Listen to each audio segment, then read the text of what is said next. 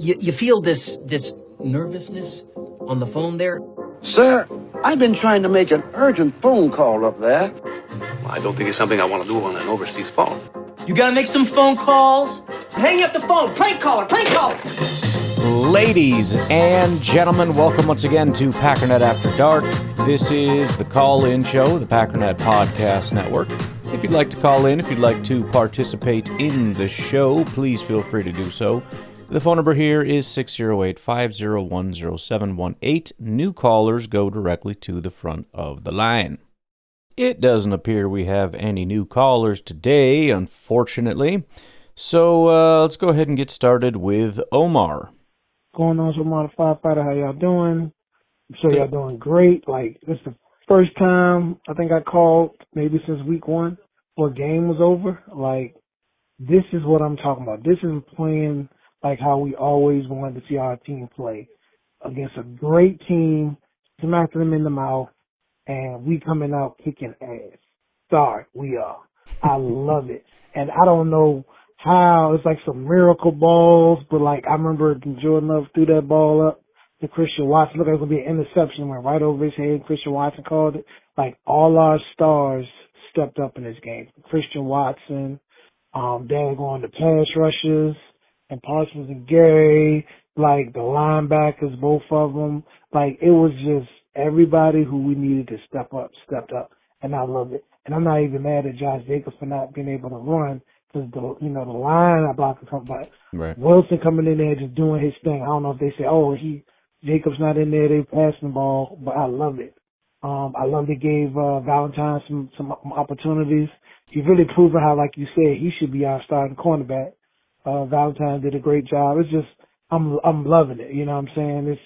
It's great. It's like they turned, this is what I mean when you turn it on in the second half. Like, you fixed the errors, everything we were doing wrong in the first half, we fixed every single thing, and it was beautiful. I love it. This is the team that I want to see playing in the playoffs and the Super Bowl. Like, I love this if we can get this. So anyway, go Pack, go. It's a great feeling. I'm excited. Oh, wow. It's just awesome. Anyway, so. And again, do you see, and I talked about it on today's earlier podcast. You see how quickly things can change? And again, I kind of talked about it today in terms of annoyance a little bit, because it is ridiculous how much we swing to and fro, and it's true that we shouldn't get too high, because we could lose to the Panthers and come crashing back down. But it's so silly that we got so worked up and so upset that this team's not good enough, when all it takes is one game to look good, to suddenly, and I'm not talking about you, Omar, I'm just saying like the fan base in general, or even the national media, or anybody, to say crazy stuff like this team can't win a Super Bowl, or this team's not good enough, that, or the other. I mean, again, if you want to say it in terms of like today, but like not even say it with your chest, because it's not a big deal because we're not playing in the playoffs. But people are saying it with their chest. People are talking about like, this team isn't good. Bro, it's week 5. It's week 4. It's week 6. Playoffs didn't start, dude. And, you look at the betting markets right now, which, again, I think are much more important than a lot of other things that we look at, because there's actual money on the line. There's a lot of people talking that aren't going to put their money on the line. Right now, Packers are favorited to win the division. I don't even know. I guess based on where we're at right now and our schedule, and the fact that we could even be technically worse than the Lions and still end up winning the division, just because we have very winnable games and can still lose to the Lions and still win, because that would just split. Plus, we already have a better record. They have to gain multiple games on us with a harder schedule, I believe, than we have. At least they should, considering they were 1 in the division, we were 3 in the division. But still, the fact of the matter is, you look around right now, and suddenly, we're talking from a standpoint of being number 1 and probably remaining number 1 in the division, and having a very serious conversation about whether we're going to get the number 1 seed, which is absolutely not a stretch at this point. We're talking more about Jordan Love MVP than we're talking about possibly missing the playoffs. Nobody is talking about that right now. You are the epitome of a negative fan if you're saying that, because even our rivals fans are not saying that right now. They're finding other nitpicky stuff to talk about. Nobody believes we're missing the playoffs, not because it's impossible, but because it's so statistically small of a possibility that to highlight it is absurd. Yes, I could technically win the lottery, which I just saw as I was stranded at a gas station last night for hours. Apologize for not getting you a Packernet after dark, but I went to my gym yesterday and frickin' battery died at the gas station. Don't ask. Sat there for hours, going asking the gas station attendant if I can charge my little battery jumper thing that I have. But as I'm sitting there, I see it's Mega Millions or Powerball. One of them's up to like 700 million. I always say when it gets up to around $1 billion, I'm buying a ticket. I could technically win that, but it would be kind of silly to live my life today as though I already won it, just because it's possible, despite the fact that it's basically impossible because the odds are so low. Do you see what I'm saying? That's what negative fans do in regard to this team. They take something that is statistically improbable, but possible, and treat it as though it's already a certain. It's the whole thing is silly. It's always been silly. They're a good team. They're going to be okay. I don't know exactly what they're going to look like. I don't know what week 17 or 18 is going to look like, or 19. I don't know. I don't know if we'll even be there at that time. But, we got the horses, boys. And this team looked pretty good. And again, all the people that are down on the team didn't think we'd beat the Steelers. Are they going to come forward and say I was wrong? Of course they're not. But it doesn't matter. We just need to chill. Because you know what? Hard times are coming again. I don't know if it's going to be next week against the Panthers. Maybe we pummel the Panthers, and then a week or two after that, whenever it is when we play the Giants, we end up losing, and then we're in a spiral again. Oh, I can't believe it. Whenever that happens, please remember this and calm down. That's all I'm saying.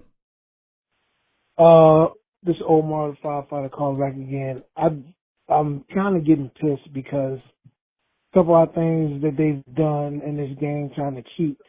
And you know what I'm talking about. Like the first one was when Aaron Rodgers, they didn't call the person offsides, and Aaron Rodgers get mad, and then they try to huddle up. And I'm like, they're not supposed to do that. Once they make a call, that's what it is.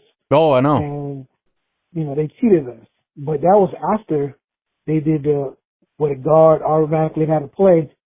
A guard automatically had to play. He moved before the ball got hiked, and they didn't call that. And it's like, we couldn't do nothing about that, so I guess that was that makeup for it, so I was cool with that.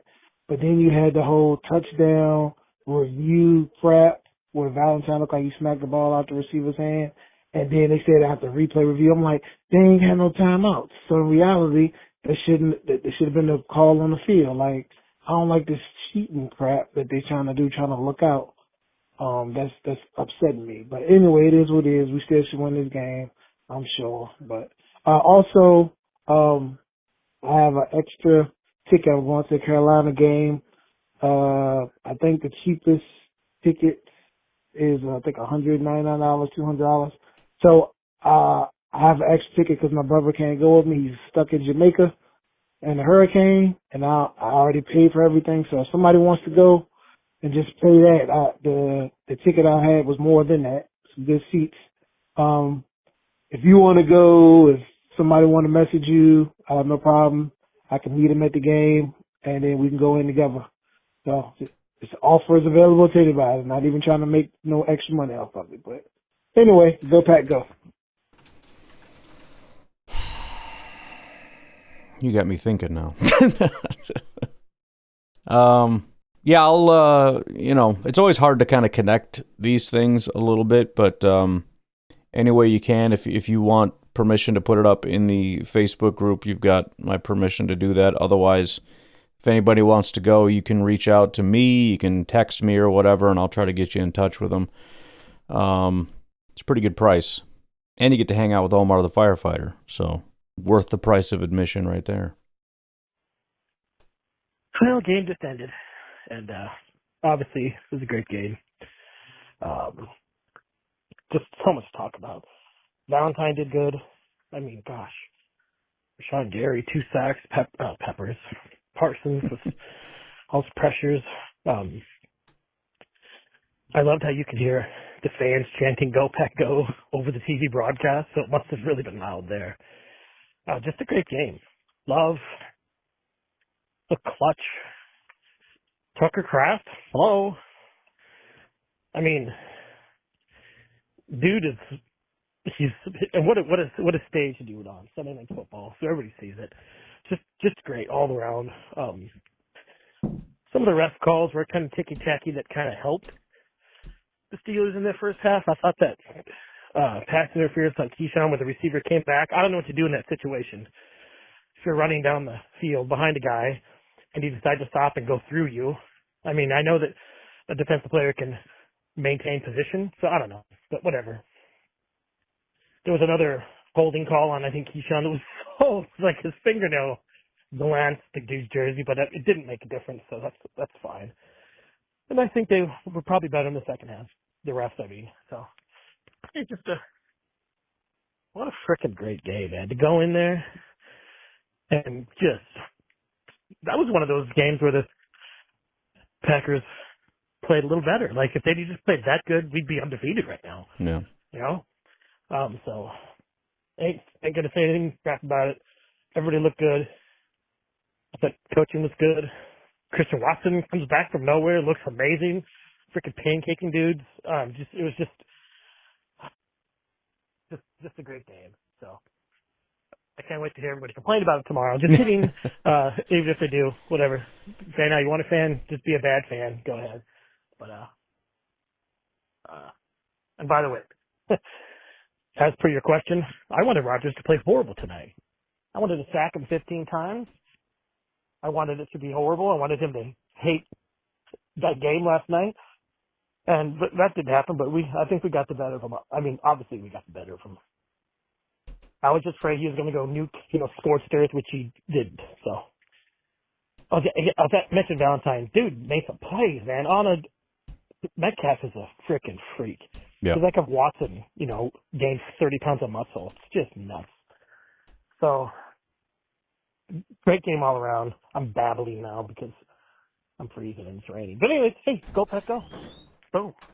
Yeah, Valentine, he had a tough assignment. There were a couple like, oh, come on, man, kind of plays. But I think that's going to happen when you're being called on multiple times against some pretty good receivers. You're not going to win all of those contests. And again, I borderline am not even really upset. I think that the call was a little ticky-tack, even though it's probably right. It's just annoying when, just because a guy's hands are kind of flailing and draped over a guy, even though it has really no impact. He didn't pull him. He didn't turn him. He didn't hold his hands down. It was still catchable. He was just kind of, around him early and then got the ball out. Again, I don't know how you would. I think generally penalties should be called insofar as they impact the game, But I know sometimes that'll probably be a hard precedent to set forth to say, yeah, it was a penalty, but it had no impact on the game, so we're not going to call it. I mean, I guess it's, in a sense, kind of like a pass interference on an uncatchable ball. I think that's kind of the direction I'd like to see, but at the same time, again, putting more discretion in the hands of refs just feels like we're asking for trouble.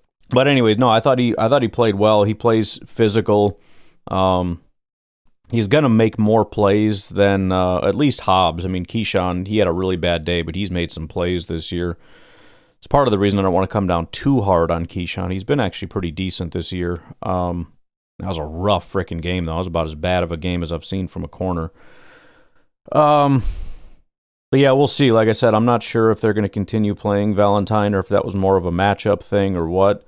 Hopefully, if it was just a matchup thing, it kind of pushed the coaches a little bit toward the direction of he needs to be playing more. But it's a tough spot, man. I mean, as much as I like to praise Gutekunst, I think the Hobbs thing put us in a tough spot. I think we overpaid. And I said that from day one. I wasn't a big fan of Hobbs. I definitely wasn't a big fan of Banks, especially for the price that we paid for him. These things happen on occasion. I think they're very good in free agency, but there's always those couple signings that are like, what are we doing here? I think the only frustrating thing here is the price tag was relatively high for these guys. And it was a bad year for free agency. I get that, but I just feel like we're in a situation where we need to bench the guy we spent the money on. Not that we don't need guys like Hobbs for depth, but you don't pay that amount of money for depth. I wouldn't mind it if he was a backup and we didn't pay a ton, especially given his versatility. I mean, if Bullard goes down, he can play in the slot. If either boundary guy goes down, I mean, that is a premium guy to have on board. But again, we paid a little bit too much for him to be back. I'm not saying we shouldn't put him on the bench. I fully believe that we should, just because I think Keyshawn and Valentine and Bullard are my preferred three in those situations. I mean, not to say you can't rotate situationally if you find a situation where Hobbs might be the better option, whether that's play to play or game to game, but that's just kind of the situation we're in. So, yeah, not a huge fan of it. And I same with Banks. I mean, I would rather have him right now than not from a depth standpoint. I mean, if you remove him, we're a worse team, especially since he is playing better the last couple of weeks. But I don't love the cost. Again, fully acknowledging that it was a bad free agent year and there weren't really better options. I just feel like we overpaid for a guy that isn't performing. But we'll see. It's still early, and again, he is getting better as the offensive line is starting to gel a little bit. So I'm at least hoping we get the version of Banks that other teams have gotten, because what we've had so far is the worst version that Banks has ever been. So I think there's nowhere to go but up for him. What else did you say in the babbling? Oh, Watson gained 30 pounds. Yeah, I don't know, man, but he's playing solid. And again, this is where I came back to the wide receiver one thing. I know everybody else wants to kind of mock it outside of Packers fans, but I mean, the thing that I think we all see that maybe other people miss, especially like Lions fans or whatever that like to talk crap about it, is how much better the offense looks with him on the field than without. If he never catches a pass, I would pay him like a wide receiver one just to be on this team if he never caught a pass. Because the explosion of guys like Jaden Reed and Tucker Kraft, and I think this was always going to be a Tucker Kraft game anyways, but you start seeing what we haven't been able to see the last several weeks, right? I've been saying, man, Matt LaFleur's always really good at getting guys wide open, and I'm just not seeing that as much the last few weeks. Watson comes back and suddenly, oh, look, they're open.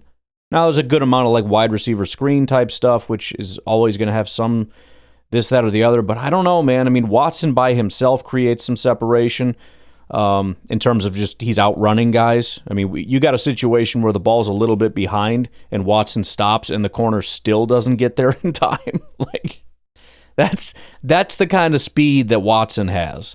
He's got game-breaking speed. I've been saying this since day one. He's got speed like very few other people do. And I think that's including Golden, who runs a faster 40. That strider speed, man, that sort of Jordy Nelson speed, where it's like, yeah, he can get initial separation, but you start talking 15, 20, 25, 30 yards down the field, man, he is just gone.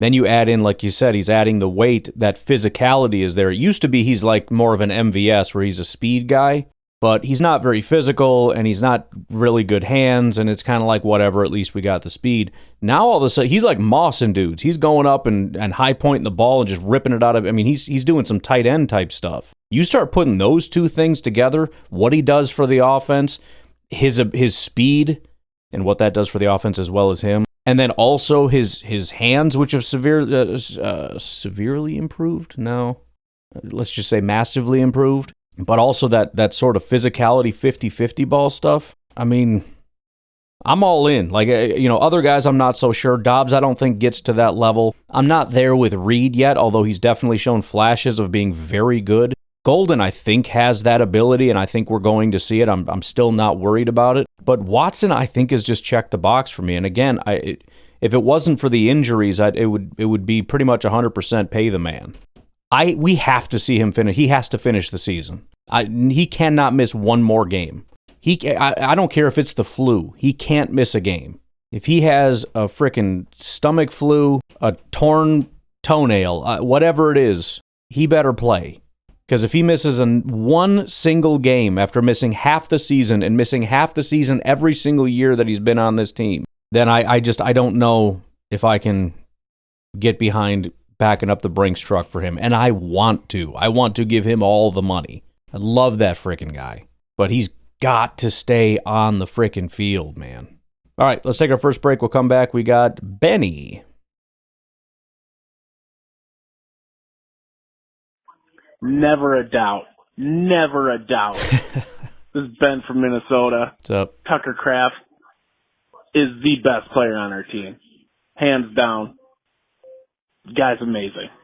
Jordan Love, balled out. Absolutely incredible. Love the win. Statement win. They can't say anything bad about us now. And if they're, all right. I'm sorry, I'm all jacked up. Dave just got over. All right, go Pack, go. I'll call in later. Maybe not. I don't know. We'll find out. Gather yourself, but I appreciate the call. I like the sheer aggression. Just you bunch of just all the pent up frustration for what everybody's been saying about the team. I appreciate that, and I identify with that. Hey Ryan, Zach in Buffalo. What's up? Game ended up being a win. That's awesome. That's great. Valentine had a couple slip-ups there at the end, but he still played a more consistent game than we've seen Hobbs play yet. So yeah. I'll take it. At least he was there on every play, you know. Tucker Kraft I'm so sick of hearing people like, oh, you know, Kittle and Kelsey, and, you know, dude's in a small market, so people just don't give him the time of day. But, sure. He made him see tonight, I think. People just can't sleep on him. Jordan Love, this is just, oh man, what a breakout game. This Incredible team game. Today feels like a Super Bowl bound team, honestly. It really does. It was shaky in the beginning, but we still pulled out an ass whooping in the back half of that game. So the middle eight didn't end up mattering. We just ended up walking all over them at the end there. You know, you can take 7 points off the scoreboard. Yes, they were making a comeback, but, you know, kind of garbage time, kind of not. Yeah, that. Fantastic. A little disappointed, though. Josh Jacobs get hurt, and I didn't know about it. Must be because, man, I had a bunch of bets on him tonight. 30 yards, Emmanuel Wilson show. I don't know what happened. Maybe something happened with that leg or something, but disappointed in that. But I'm not disappointed in general because we won the game, baby. Dub. Go, Pack, go. I'm going to have to go upstairs and scold somebody for constantly banging on the floor, so I apologize, but let me get my thoughts out first before I do that. Yeah, I think, you know, I've been kind of in the, I think we're overhyping Tucker thing. This year is changing that. I mean, he has stepped up in every conceivable way, and you're right, this was a breakout game. Now, I think it might have more to do with perception than anything else because, again, I think it was always a massive matchup thing. But it doesn't matter because at the end of the day, you still have to perform. You still have to be a guy that can catch those passes and do what he does after the catch. And then, you know, on top of that, when I had pointed out when you look at the PFF grades, it wasn't just the receiving. I mean, he graded out well in pass blocking and run blocking. I mean, that is such an incredible asset. And yeah, he is really solidifying himself. And again, I don't know, am I putting him in the same category as Pete Kittle or what? I don't know, dude. I don't know. But I know I'm starting to get a picture of what we have in Tucker Kraft, and it is something that I don't know that I've ever seen really as a Packer fan, at least. I don't want to go back too far into the 90s because my recollection of like I remember the names, but I don't know. But let's start at around Bubba Franks, who I love. You take Tucker and the massive overhyping of what's his name, Jermichael Finley. Jermichael Finley is, in my opinion, closer to Luke Musgrave than Tucker Kraft. And I know that's completely unfair to Jermichael Finley, but what I mean by that is that his hype never matched the production. Ever. And I feel like there's a lot of revisionist history today about how great he was.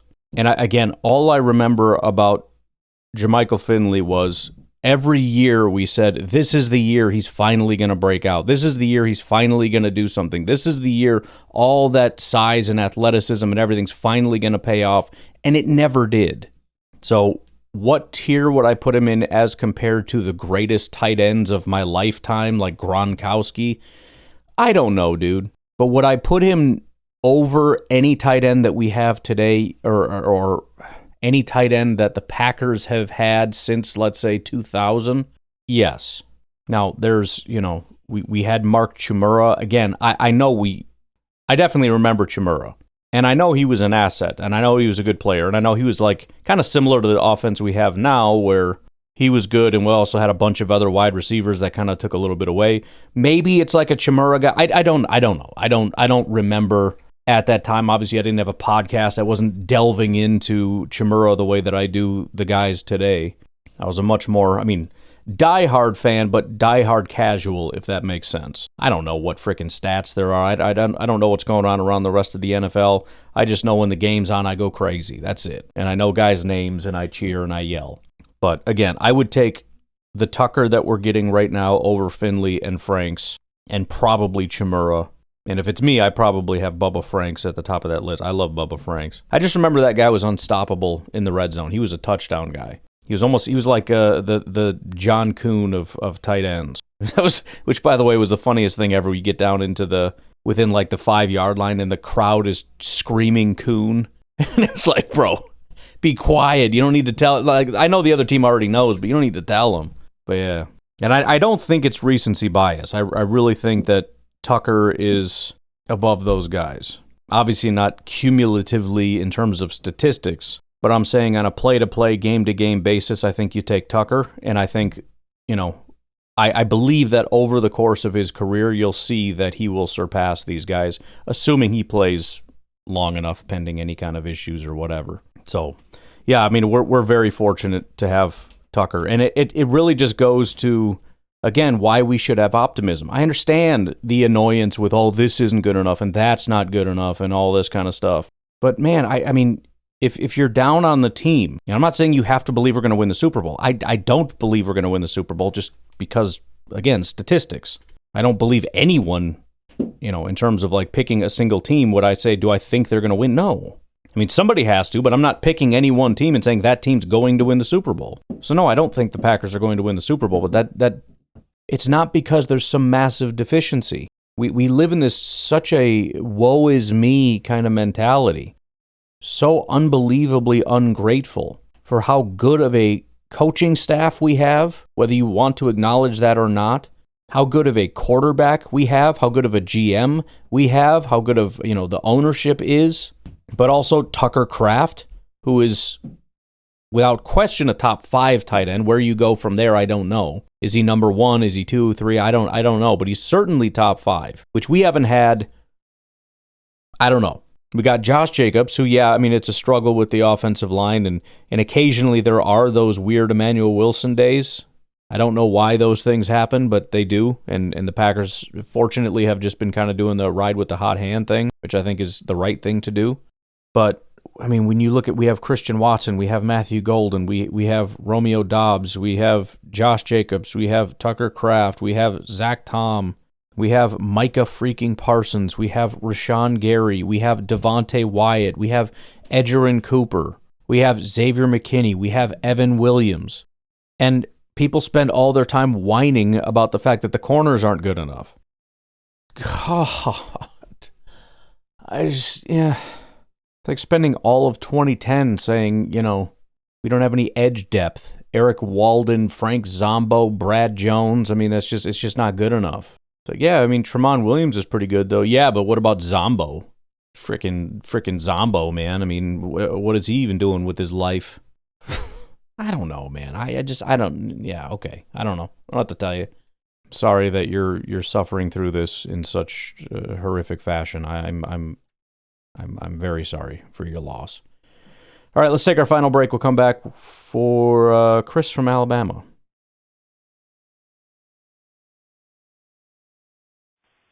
What's going on, Ryan? What's up, man? Chris from Alabama. Go, Pack, go. I want to apologize for my halftime phone call. I was very frustrated, and I probably was overly frustrated. I get it. But that second half, that's what I'm talking about. That was Green Bay Packers football to its finest, and we went out there and executed to perfection damn near. Man, great game. We came out in the second half, did what we were supposed to do, handled our business. That looked like a football team that is a top football team in the NFC. No complaints. 35-25. Valentine coming in for Hobbs. They made the switch, and I hope they don't switch back. Oh. That was great. I ain't got no complaints no more. I don't even care, man. Management is a kick. I'm gonna put that as rushed, and maybe he ain't 100%. Mm-hmm. But boy, 5-1-1. We took down the almighty Aaron Rodgers. I feel good now. I'm cool. I'm calm. We got the win. It's all good, baby. It's all good. We looked good doing it. Jacobs in with the touchdown. Tucker Kraft is one of the top, if not the top tight end in the league. I've been saying that he's been the top 5 tight end in the league. And I know it's been some skepticism, but after this performance tonight, it shouldn't be no question that he's top 5. It shouldn't be no question at all that Tucker Kraft is top 5 tight end in the NFL, man. Great win. Man, enjoy this. I've been hollering again once again. I probably ain't gonna have no voice tomorrow. Man, it's all good, baby. And I'm loving every minute of it. But go, Pack, go. And I'll talk to y'all later, man. Great win tonight. Well, yeah, and the second half should give us hope for what can be. You know what I mean? You can be frustrated with the first half and things just still not being perfect and not being right and all that kind of stuff. That's fine. But you got to acknowledge that the second half is what this team is capable of. If they can, put it together more consistently. And, again, even the more skeptical, negative fans would have to acknowledge that if the best version of this team can be that for 4 quarters or 3, whatever, this is a Super Bowl caliber team. This is a scary team. This is probably the best team in football. And no, you can't just say that about all teams. Well, if they play their best for 4 quarters. No. Not true. Not true. Not everybody can do what this team did in the second half with that amount of points scored. And I do think that last touchdown, even though I wasn't super thrilled with the way we handled it, I understand that that's how teams generally handle those situations. They're more concerned about the clock than preserving some kind of a massive lead and playing aggressive.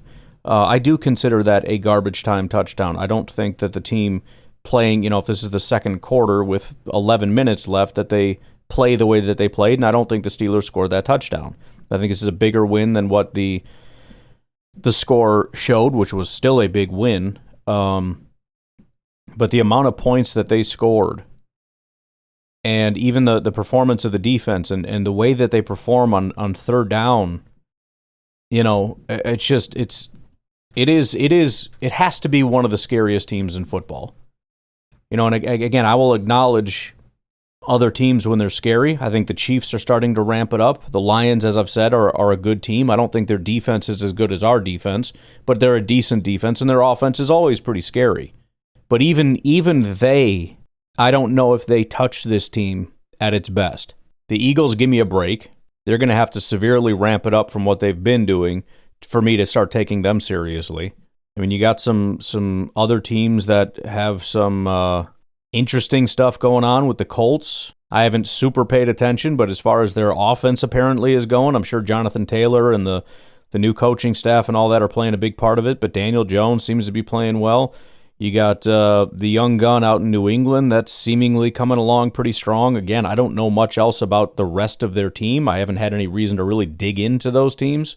I'm sure you can pick out a couple more, but I mean, I wouldn't say that about Tampa, especially with their injuries. I wouldn't put them anywhere near the tier of this team at its best.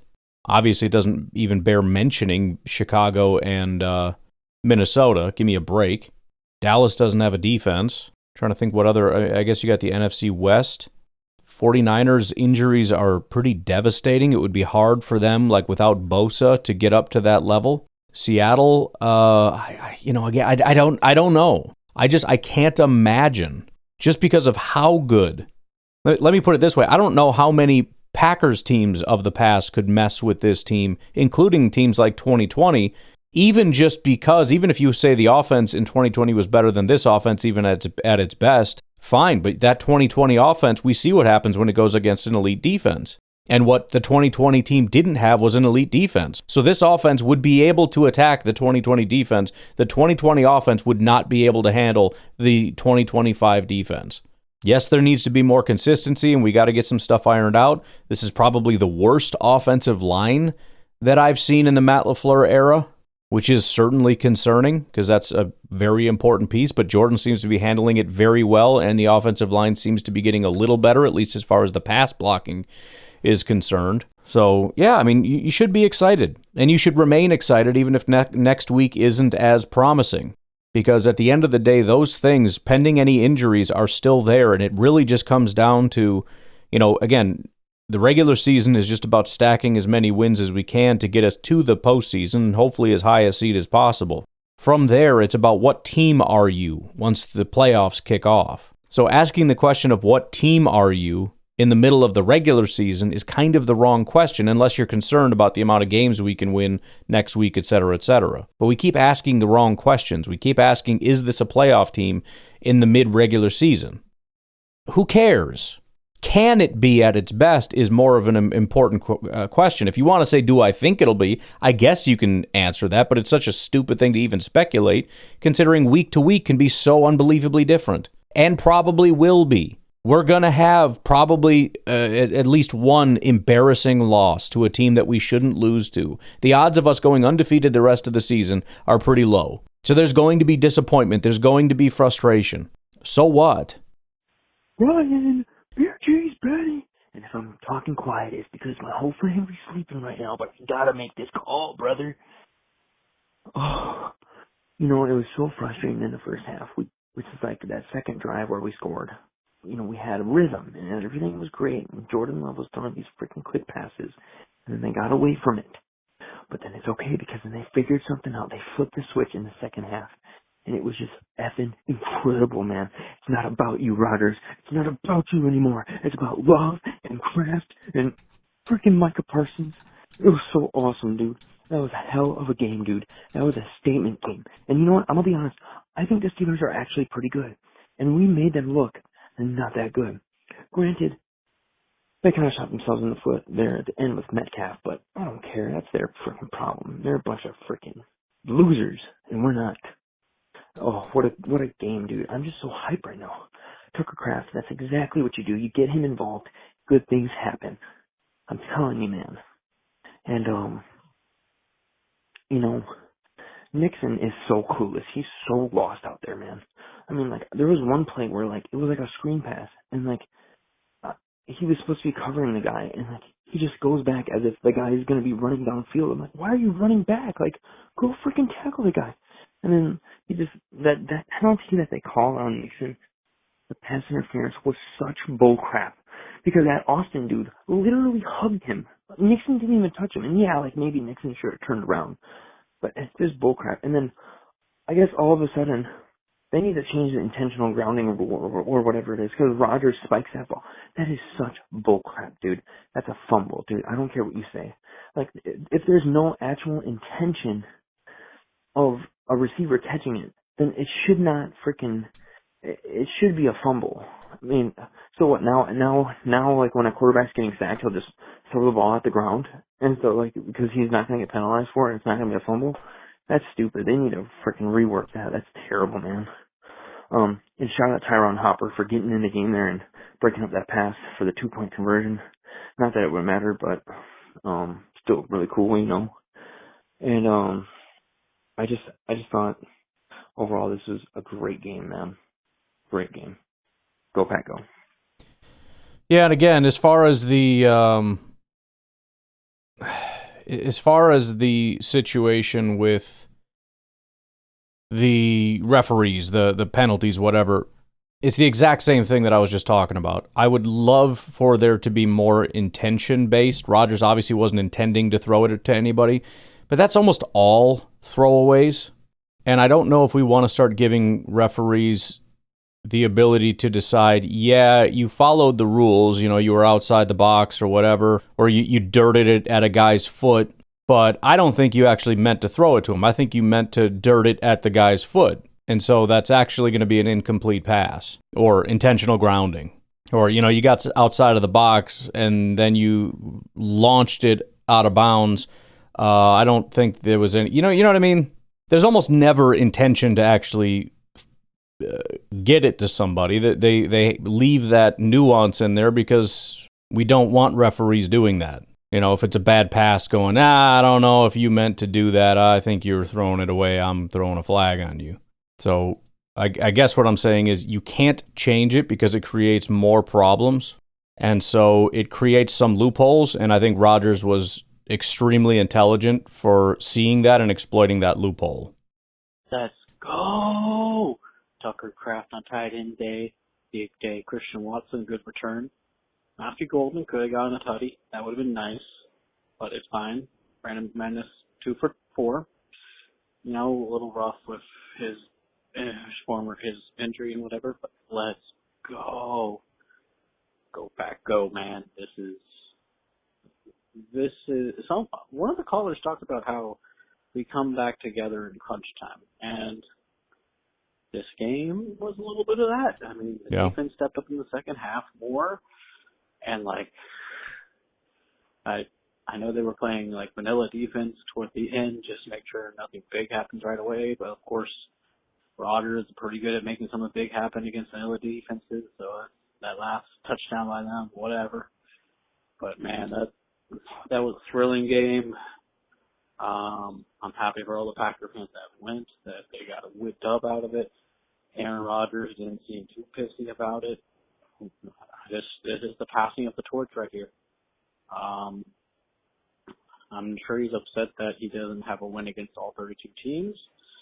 If he continues playing till about Brady's age, maybe he'll get there. Maybe, you know, we have Malik Willis in for some, like a week 18 game, maybe, who knows. Anyways, yeah, go Pack, go. I'm so stoked. Let's go. Let's go. All right. Y'all have a good night. Bye. Yeah, it's a good point as far as, clutching up in clutch time.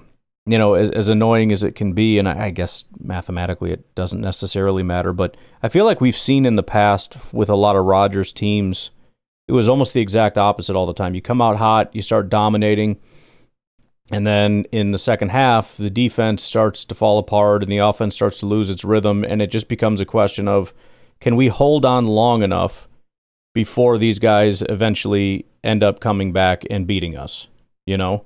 It's a much more demoralizing thing. Now, we still need to be able to get going a little bit in the beginning, but again, I think the coaching staff's ability to adjust their play, to set up whatever it is they're doing to win in the end of the game, to end up the stronger team, is real solid. If they can figure out how to start strong, again, the team is completely unstoppable at that point, and I'm willing to be patient.